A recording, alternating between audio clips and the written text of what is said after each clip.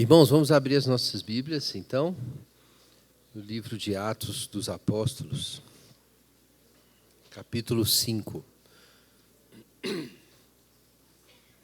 Atos 5, vamos ler dos versos 1 a 11.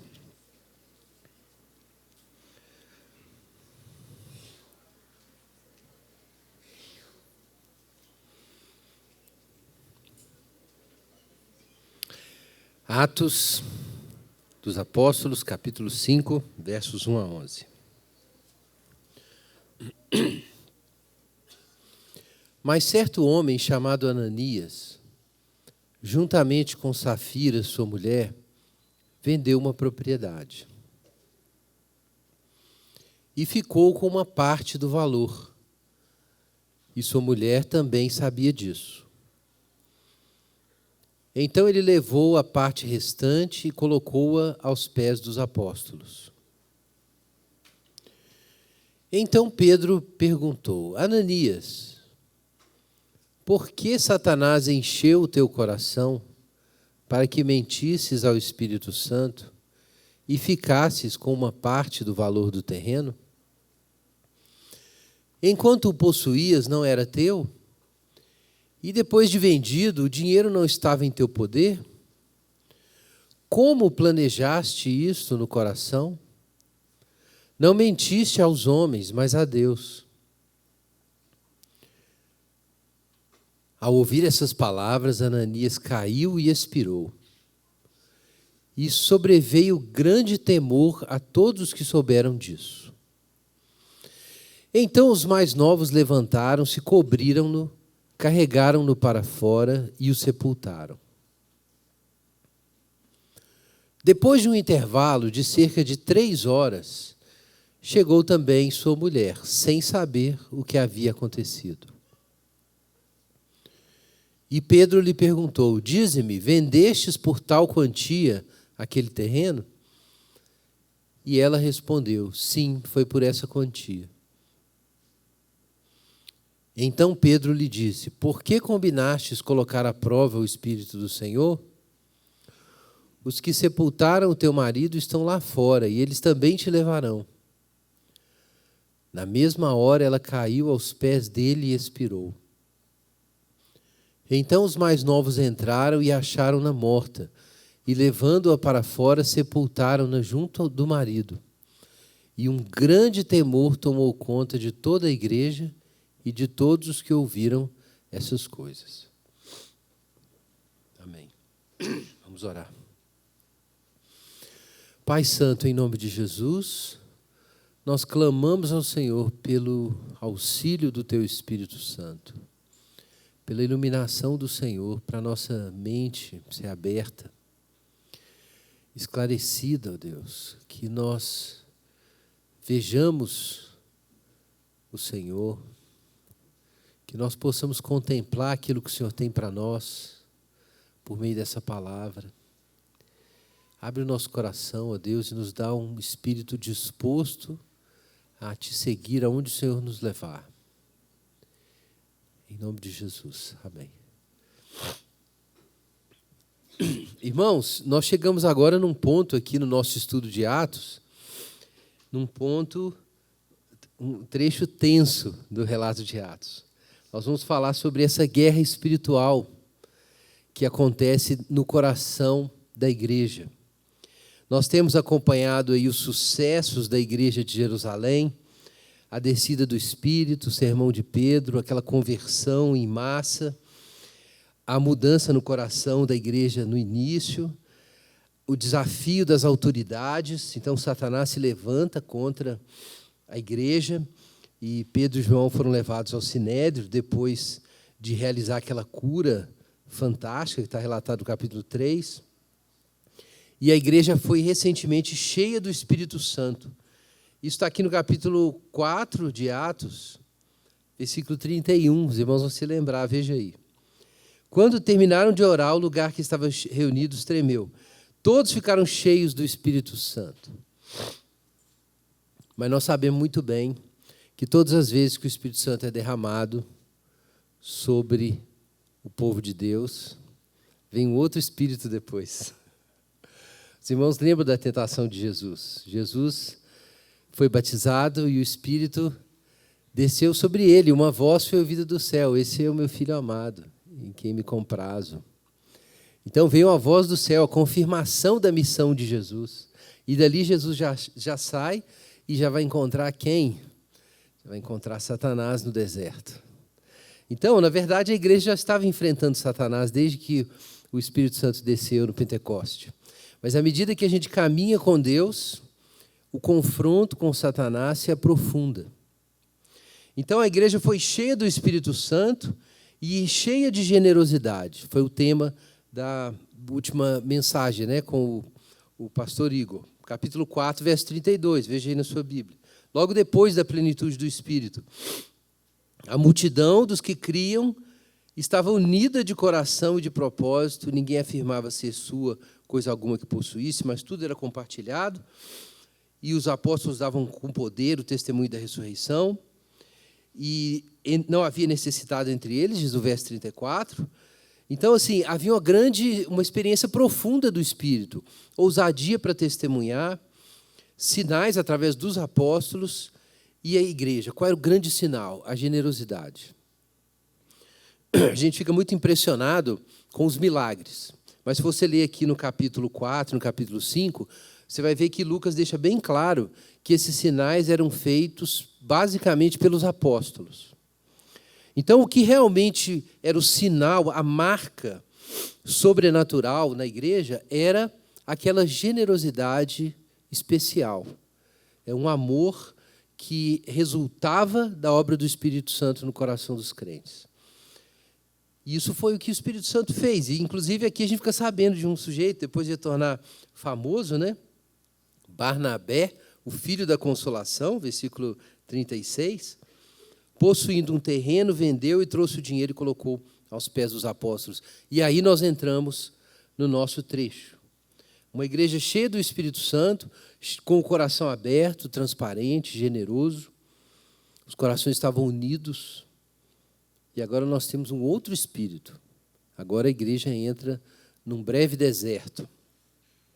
Certo homem, capítulo 5, chamado Ananias, em acordo com a sua mulher Safira, vendeu então essa propriedade, ficou com uma parte do valor, e a mulher também sabia disso, então ele levou o restante e entregou aos apóstolos. Isso faz parte daquela experiência de uma comunhão de bens que a igreja primitiva experimentou. O que está errado, afinal de contas? Logo depois, no verso 3, nós temos um juízo aí terrível.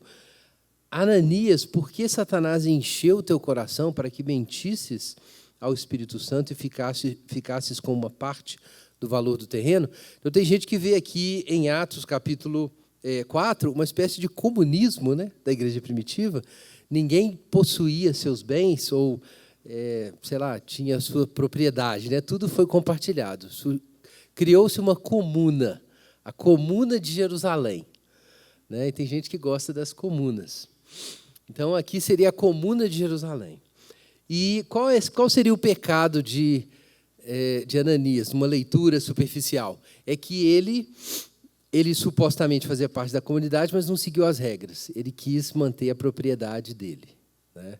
Mas, obviamente, não é isso. Se você ler o trecho todo, você vai perceber que o problema não era esse, não era a mera retenção. Veja aí o verso 4, confira aí na sua Bíblia. Verso 4. Atos 5, 4. Enquanto o possuías, não era teu, e depois de vendido, o dinheiro não estava em teu poder? Em outras palavras, não era teu também? Então, o problema aqui de Pedro não é Ananias e Safira reterem a propriedade, nem mesmo venderem a propriedade e ficarem com dinheiro. Isso não era problema. O problema é que rolou uma mentira. O texto é claro. O pecado deles, porque nessa leitura, como eu mencionei aí, que é uma leitura antiga, né, a leitura comunista do trecho, o pecado teria sido a falta de generosidade, poderia ser. É que eles venderam e estavam com o recurso e não deram o recurso todo. Falta de generosidade. Mas eles não são reprovados por falta de generosidade.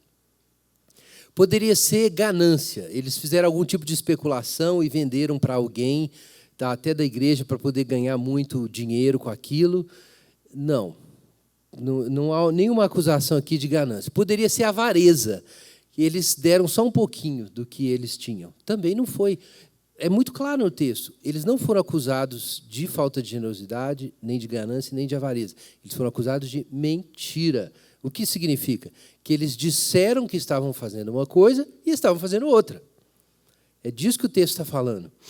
E qual foi a mentira? É que eles falsificaram o valor da venda. Uma coisa meio idiota, na verdade.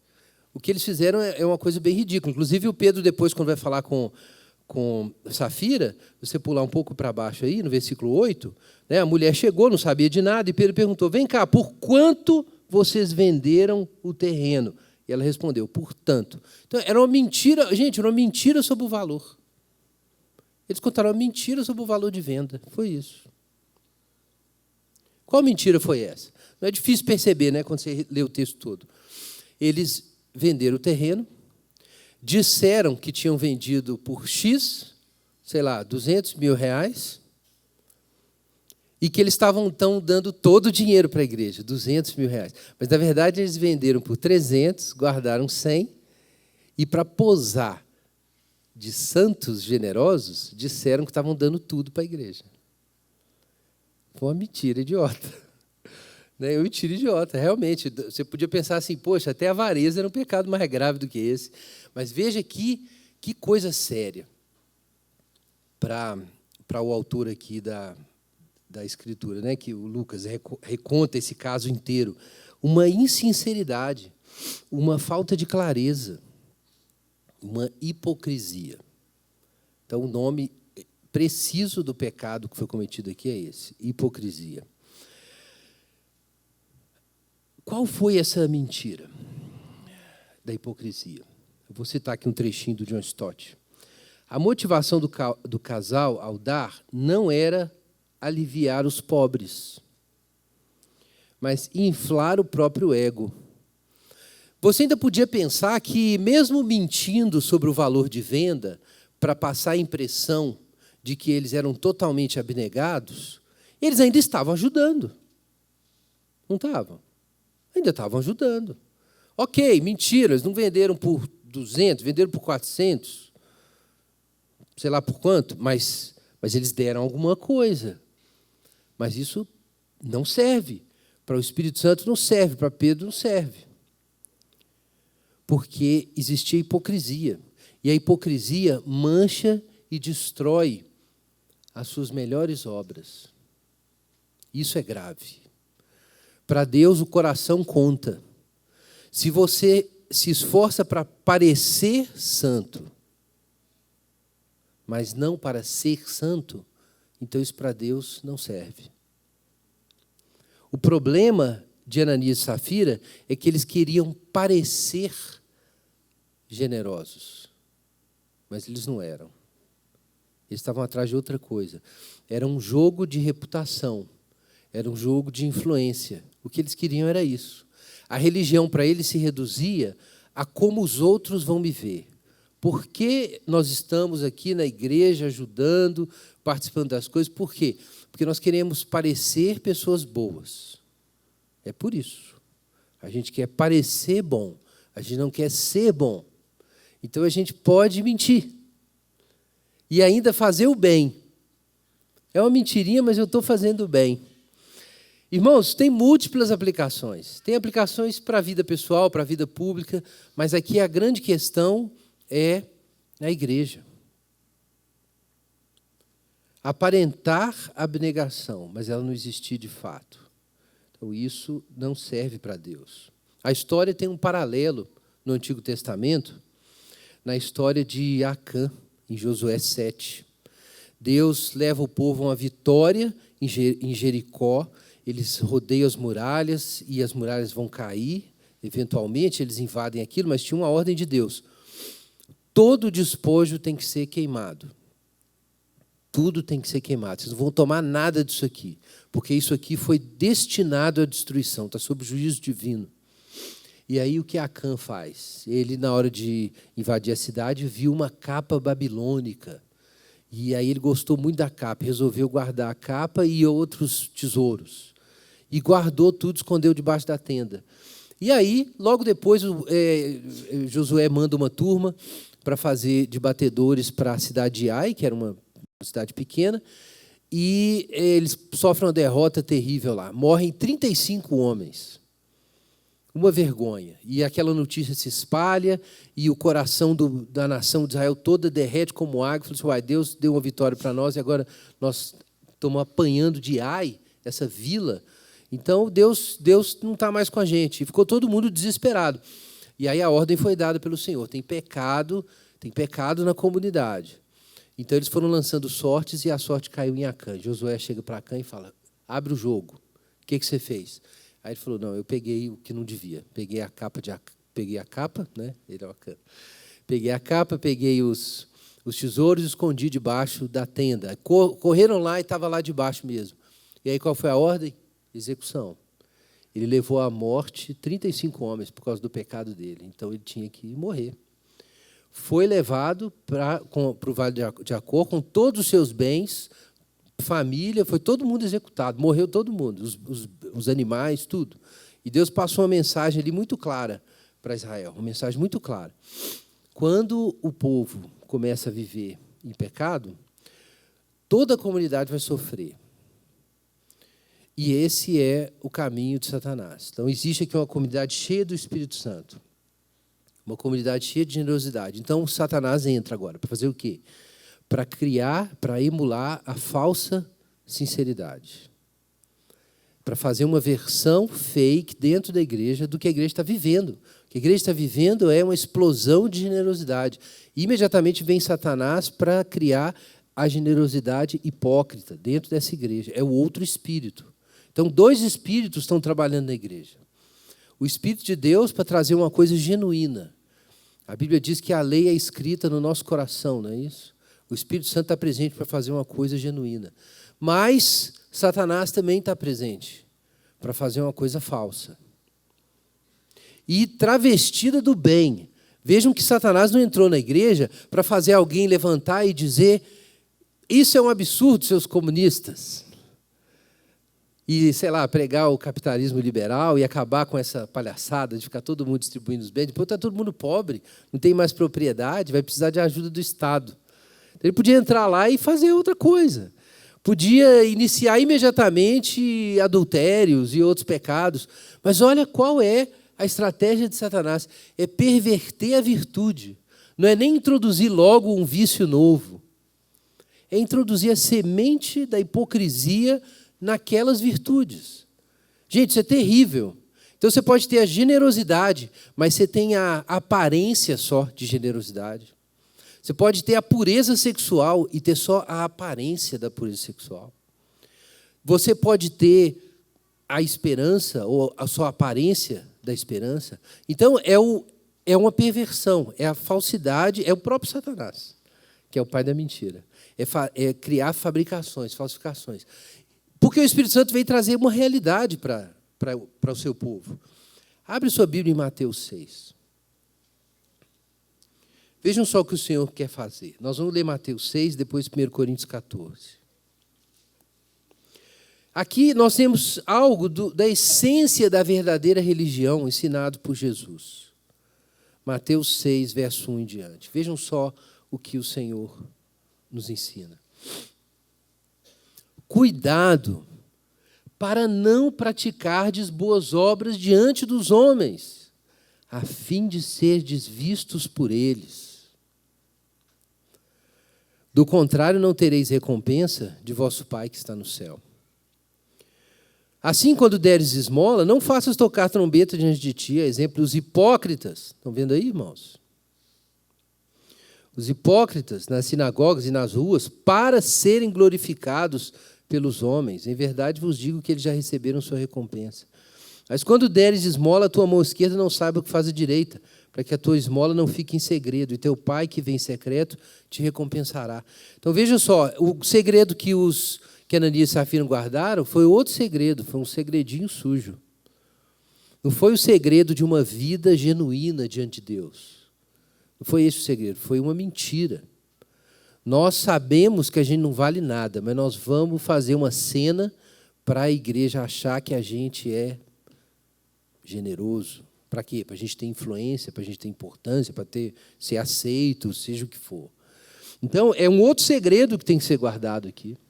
E Satanás foi lá e inverteu. Aqui qual é o segredo que tem que ser guardado? O segredo é que você não tem que tocar trombeta diante de si mesmo das boas coisas que você está fazendo, que você está fazendo para Deus.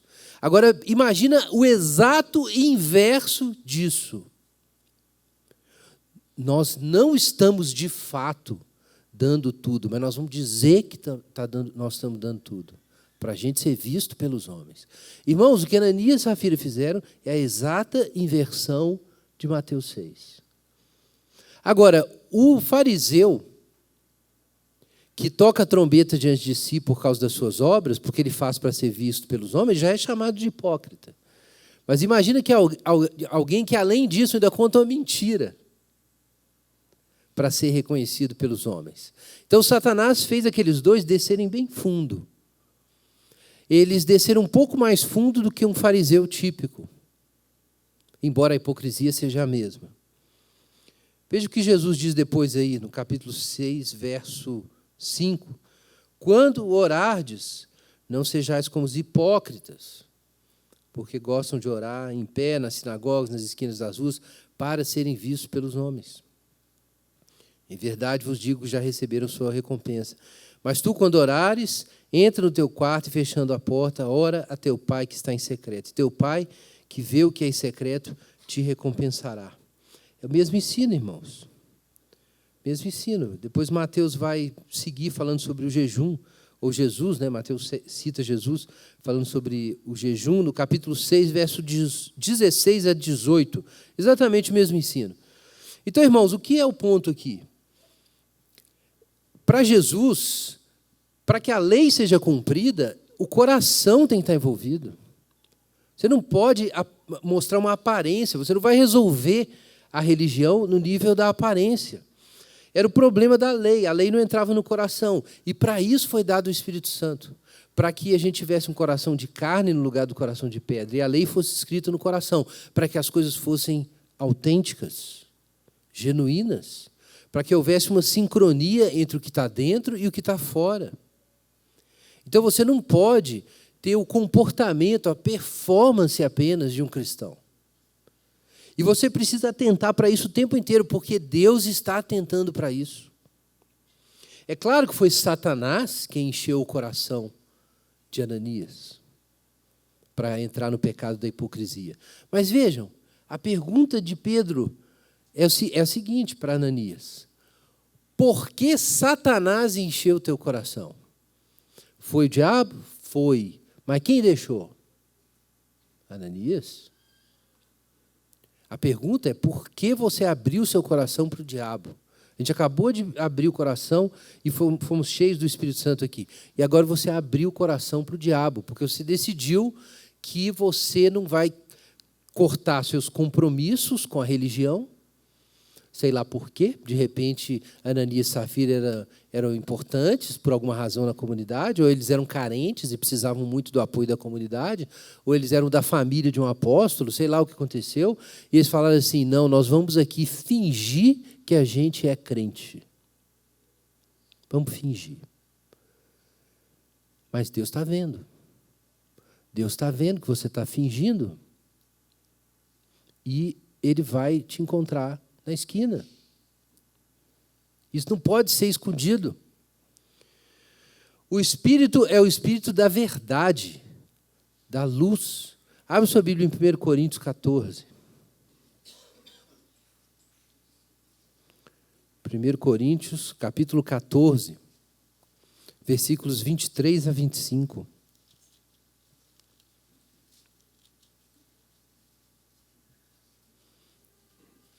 Paulo está falando sobre os dons espirituais no culto, e a certa altura ele fala do dom de profecia. Ele fala, né, do dom de línguas. Olha, se todo mundo falar em línguas ao mesmo tempo e entrar um incrédulo, um ateu, o que ele vai pensar? Um ateu não fala aqui, né? O incrédulo e douto, que eles vão pensar? Vão pensar que vocês estão malucos. Todo mundo falando em línguas ao mesmo tempo vai achar que vocês estão malucos. Capítulo 14, verso 23. Mas, verso 24, se todos profetizarem, e alguma pessoa incrédula ou não instruída entrar, será por todos convencida do seu pecado e julgado. Os segredos do seu coração se tornarão manifestos. E assim, prostrando-se com o rosto em terra, adorará a Deus, afirmando que Deus de fato está entre vós. Irmãos, aqui é claro, uma discussão sobre o dom de profecia na igreja. Não vou entrar no mérito aqui. O ponto crucial que eu queria puxar nessa manhã é que a obra do Espírito Santo é de produzir realidade, luz, transparência, verdade, honestidade. É que a realidade apareça. O Espírito Santo trabalha na igreja para isso, para que a verdade se manifeste. E muitas vezes ele vai usar pessoas, como nós temos o caso aqui do dom de profecia, para trazer iluminação. Em outras palavras, tá? Se fosse para a gente levar isso para hoje, para mandar real para você. Entendeu? E você tem um amigo, às vezes, que é usado profeticamente para chegar para você e mandar real para você. Isso acontece. Então, o Espírito da verdade traz iluminação, transparência, consciência, honestidade, autenticidade, verdade. Não é a aparência, a questão é toda no coração. Por isso que isso foi muito claro aqui em Atos, em 1 Coríntios 14. A questão é o coração. O ensino de Jesus é muito claro sobre isso. É necessário que você tenha uma vida oculta, porque se você tem uma vida oculta com Deus, então a sua vida explícita é verdadeira. Então, Dietrich Bonhoeffer chama isso de abscondicidade, uma palavra difícil, né? O que é a vida abscôndita? É a vida oculta, a vida escondida. No Discipulado, o livro Discipulado, em que o Bonhoeffer discute o Sermão da Montanha, ele dá esse nome, a abscondicidade da vida cristã. O que é isso? É esse caráter secreto, oculto, que demonstra a sua genuinidade. Você tem uma vida com Deus, você não finge que tem. Você tem um compromisso com Deus, e não um compromisso social apenas. Aquilo é uma coisa verdadeira. Você tem uma luz dentro de si, e não apenas uma luz fora de si. Isso é muito importante, irmãos, porque esse é o tipo de igreja que Deus quer formar por meio de Jesus. Uma igreja em que os gestos de fé, de esperança, de amor, de generosidade são autênticos. Procedem de uma vida secreta de comunhão com Deus, uma vida real, uma vida de busca de santidade e não apenas de aparência de santidade. Então você tem que ter uma vida autêntica. E essa é a batalha espiritual, então. O Espírito Santo foi derramado, começou a se formar aquela igreja, mas agora tem um outro Espírito já trabalhando para inspirar o oposto. E essa é a batalha espiritual da igreja. O Espírito Santo, inclusive Atos fala muito sobre isso, que o povo foi cheio do Espírito Santo. E veja a linguagem de Pedro. Porque Satanás encheu o teu coração. Você percebe um paralelo? O Espírito Santo está aí para nos encher, mas Satanás também está aí para nos encher. O Espírito Santo está aí para nos encher de verdade, de realidade. E Satanás está aí para nos encher de hipocrisia. E, ao mesmo tempo, é a igreja primitiva.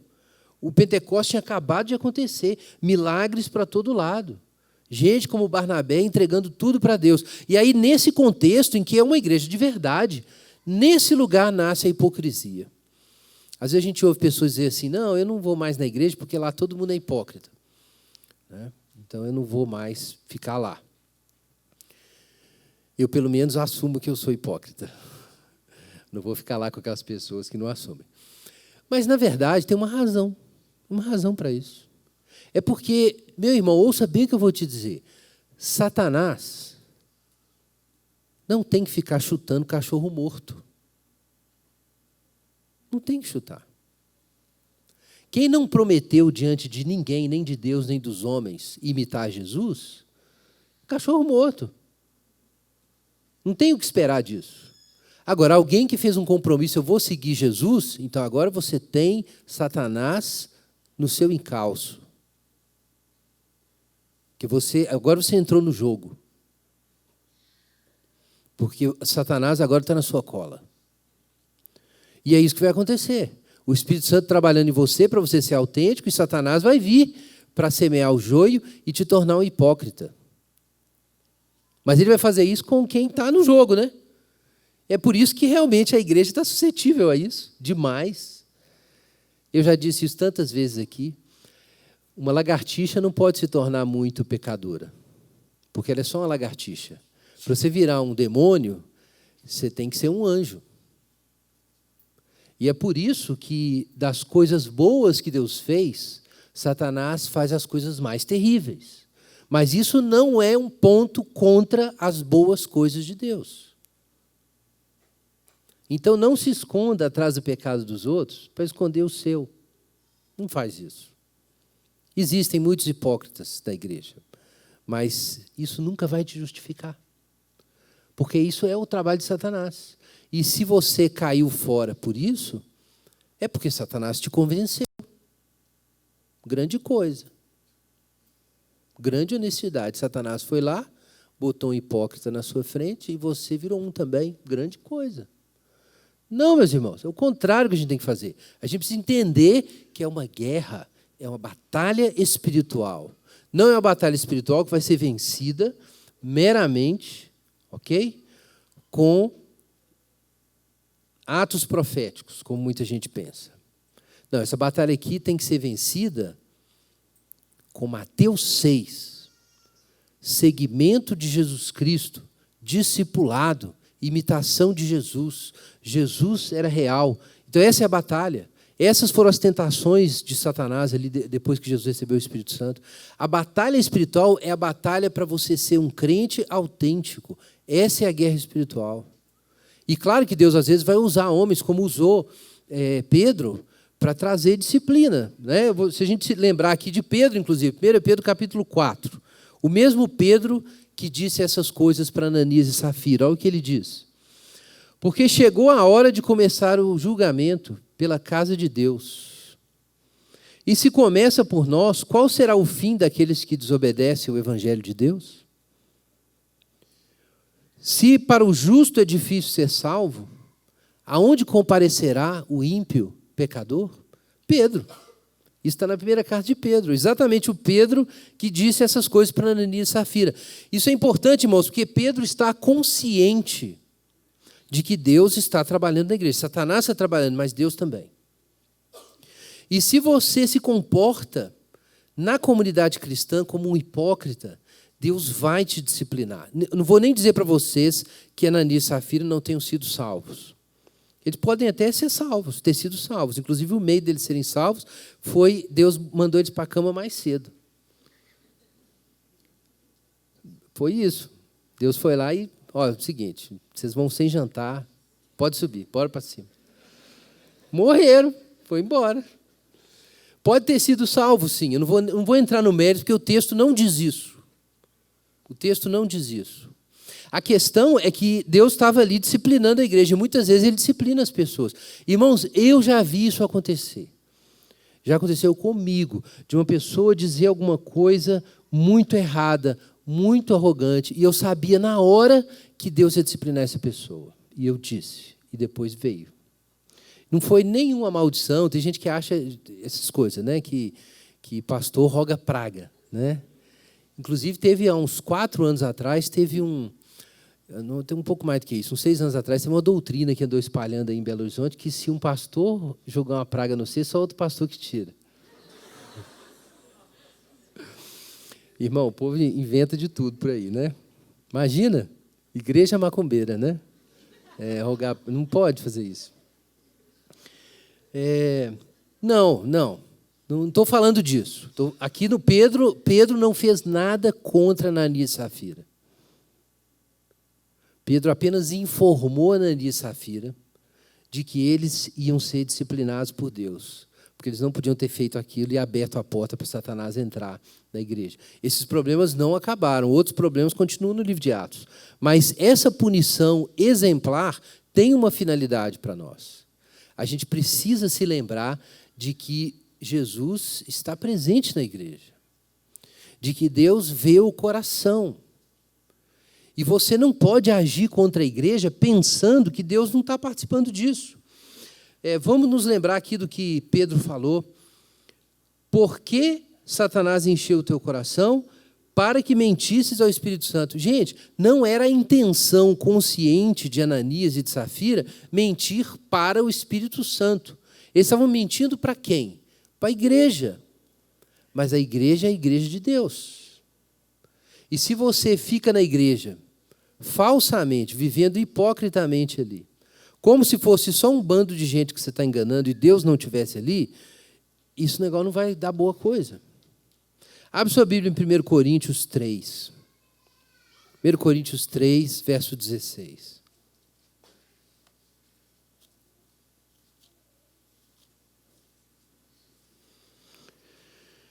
Primeira carta de Paulo aos Coríntios, capítulo 3, versículos 16 e 17.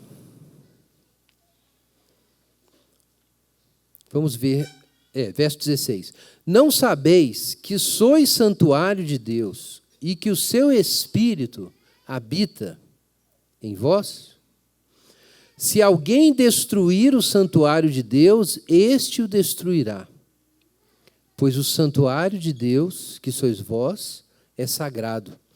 Olha, do que Paulo está falando? Está falando não é do indivíduo, do corpo, né? Paulo também fala que o corpo como santuário, mas não é aqui. Aqui o ponto é outro. Olha o que ele está falando no capítulo 3, versículo 9. Somos cooperadores de Deus, e dele sois lavoura e edifício. Ele está falando da igreja, está falando da construção da comunidade de Jesus. Então ele diz que o Espírito Santo está no meio dessa comunidade. E se alguém destruir o santuário de Deus, Deus o destruirá. E aqui Ananias e Safira se prestaram a ser instrumentos de Satanás para a destruição da comunidade, para introduzir a falsificação. Então o Espírito Santo foi lá e atuou. Deus está presente para disciplinar. Deus está presente para disciplinar e tratar o seu povo, tratar os santos. Ele pode usar de forma dramática um apóstolo ali, como ele usou, ou pode usar outros meios. O Evangelho de Mateus fala sobre os meios ordinários. Se o seu irmão pecar, você vai lá e fala com ele. Se ele se arrepender, você ganhou o seu irmão. Se ele não se arrepender, leva 2 ou 3, conversa de novo. Se não se arrepender, leva para a igreja. Então, existe um processo, que é o processo de disciplina.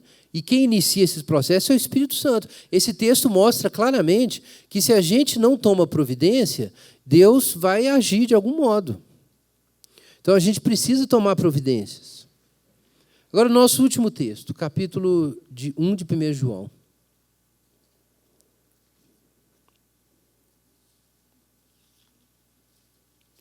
Primeira carta de João, capítulo 1, versículo 5. Essa é a mensagem do Senhor para nós, o que a gente precisa aprender com essa história chocante de Ananias e Safira. E a mensagem que dele ouvimos e vos anunciamos é esta: Deus é luz, e nele não há treva nenhuma. Se dissermos que temos comunhão com Ele e andarmos nas trevas, mentimos e não praticamos a verdade. Mas se andarmos na luz, assim como Ele está na luz, temos comunhão uns com os outros. E o sangue de Jesus, seu Filho, nos purifica de todo pecado. Irmãos, Deus é luz, não é possível andar com Deus e, ao mesmo tempo, ficar nas trevas. Não é possível andar na luz e, ao mesmo tempo, manter o coração cheio de escuridão e ambiguidade.